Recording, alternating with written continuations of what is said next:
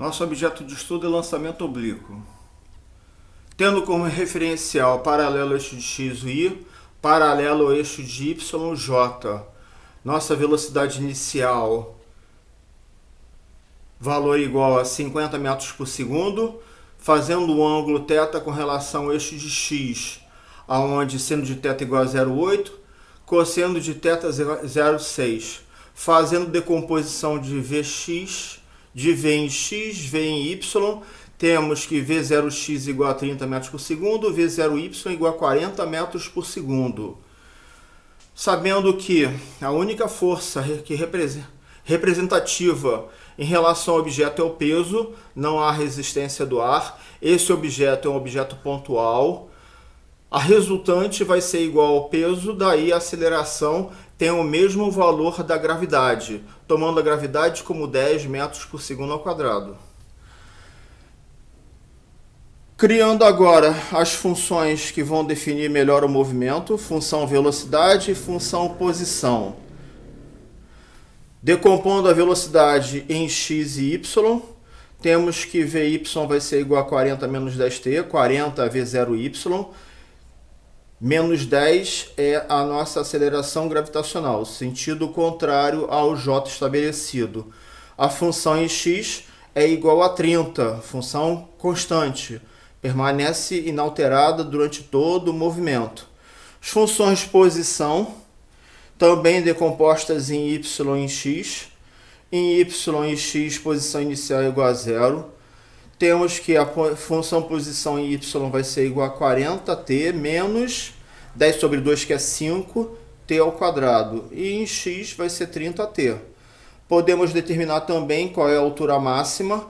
A altura máxima, tomando como base que a velocidade em y vai ser igual a 0, deixa de subir e passa a descer. Então, naquele momento instantâneo, onde para de subir e começa a descer, a velocidade em y será igual a 0. Temos que o tempo que isso ocorre é 4 segundos, calculado.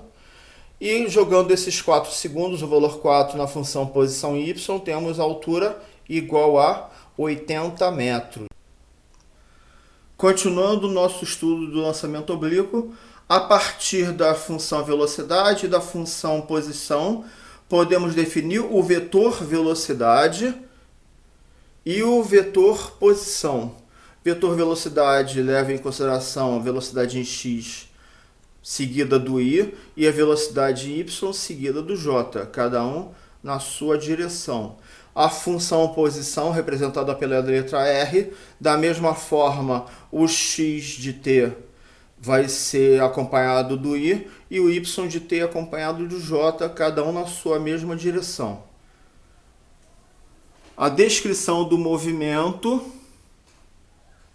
substituindo valores na função posição de x e depois na função posição de y, vai nos alimentar os pontos nas coordenadas cartesianas para melhor descrever o movimento. Posição inicial 0, 0. Posição com 1 segundo, V1y, V1x também dados. A posição com 1 segundo é 30 para x, 35 para y. A posição 2, 60 para x, 60 para y, e assim vai sucessivamente, fazendo a descrição de um movimento que a matemática conhece bem como sendo parábola. Podemos também definir os vetores, velocidade em cada um desses instantes, sabendo que o vetor velocidade em x é constante igual a 30 e o vetor velocidade em y descrito, ele vai diminuindo à medida que o tempo vai passando, até que chega no tempo igual a 4. Vetor velocidade em y vai ser igual a 0, a partir daí passa a ser negativo, sempre simétrico. Sempre simétrico. Observando agora melhor cada ponto, na continuação da nossa análise do lançamento oblíquo, temos que o vetor velocidade No ponto zero, ele é dado pelas suas componentes em x e y, em x 30i e em y 40j.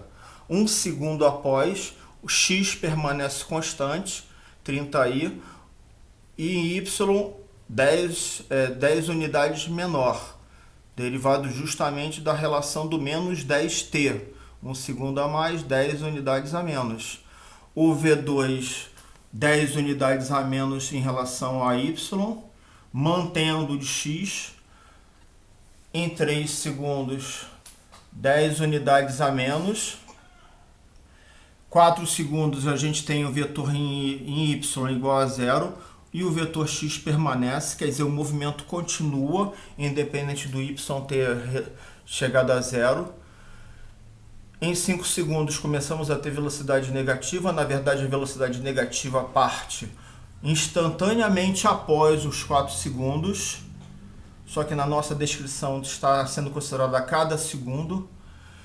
Depois, para 6 segundos, a gente tem menos 20 em j em relação a y, né? O vetor está aumentando, em x permanece 30, para 7 o nosso vetor em y continua aumentando, só que para baixo, nesse sentido negativo em relação ao estabelecido, até que chega na posição inicial, zero,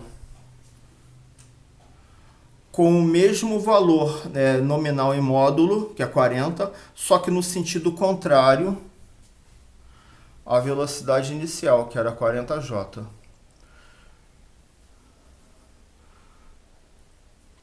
Pela simetria da parábola, temos que os pontos simétricos em relação ao x igual a 120 têm o mesmo valor de velocidade em y, só que sinais contrários. Feito isso, baseado sempre nas nossas funções estabelecidas, tanto função velocidade quanto função posição, podemos determinar o que quisermos em relação ao movimento.